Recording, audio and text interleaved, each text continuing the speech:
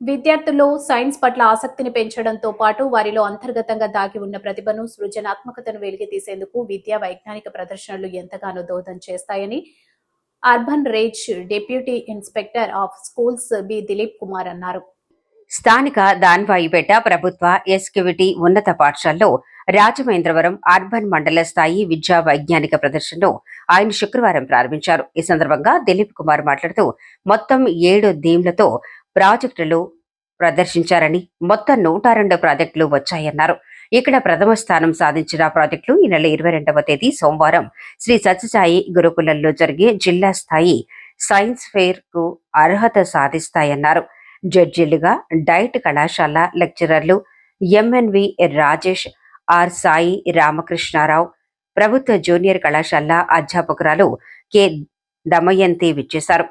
Urban MEO 2 Rama Rajani, ACKVT HM MVM Subrahmanyam, DMH school complex కార్యదర్శి పరస జగన్నాథరావు, సిఆర్ఎంటీలు Jayanti Sastri, J Srinivasarao, Pabbinedi Prasadarao, Indira, Koteswari, Nagalakshmi, Kumari, Sunitha తదితరులు పాల్గొన్నారు.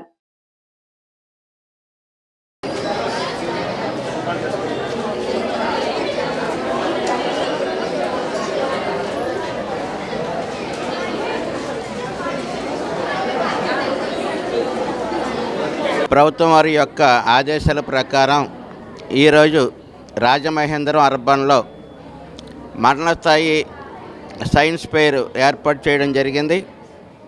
ఈ సైన్స్ ఫెయిర్కి మొత్తం 3 రకాలుగా ఏర్పాటు చేయమని ప్రభుత్వం వారు ఆదేశాలు ఇచ్చారు. అందులో గ్రూప్ 1 విద్యార్థులు గ్రూప్ తరపున ఆ ప్రాజెక్టు తీసుకురావాలా. ఈ గ్రూప్లో మొత్తం 7 థీములు ఉంటాయి. అదేవిధంగా టీచర్స్ నుంచి 1, స్టూడెంట్స్ ఇండివిజువల్గా ఒక ప్రాజెక్ట్ తీసుకురావాలా. మొత్తం ఈరోజు చూసినట్లయితే టీచర్స్ నుండి ఒక 15 ప్రాజెక్టులు వచ్చినాయి. విద్యార్థుల నుండి 25 ప్రాజెక్టులు తీసుకొని రావడం జరిగింది. ఇక గ్రూప్గా 85 ప్రాజెక్టులు తీసుకొని రావడం జరిగింది. విద్యార్థులు చాలా కష్టపడి వర్కింగ్ మోడల్ ఎక్కువగా చేసుకొని రావడం జరిగింది.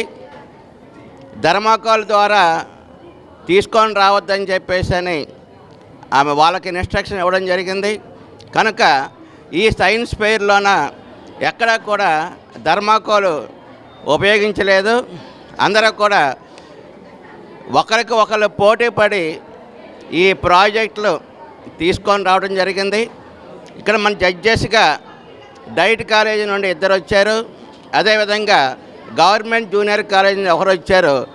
వారు విద్యార్థులకు జడ్జిమెంట్ చేయటం జరుగుతుంది.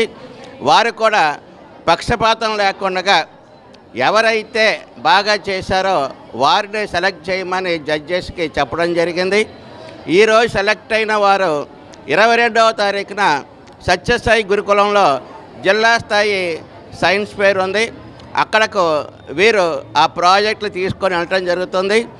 ఆ విద్యార్థులు చాలా ఉత్సాహంగా పాల్గొన్నారు. ఆ విద్యార్థుల యొక్క మేధోశక్తికి ఇది ఒక పరీక్షగా, ఒక క్రియేటివ్గా, ఒక సైంటిస్టులు తయారవడానికి ఇది ఎంతగానో ఉపయోగపడుతుంది. కనుక ఈ ప్రాజెక్టులు తయారు చేయడానికి ప్రోత్సహించిన ఉపాధ్యాయులకు ప్రత్యేకంగా ధన్యవాదాలు తెలియజేస్తూ ఈ అవకాశం ఇచ్చిన మీకు అందరికి కూడా థ్యాంక్స్ తెలియజేస్తూ ముగిస్తున్నాను. Thank you.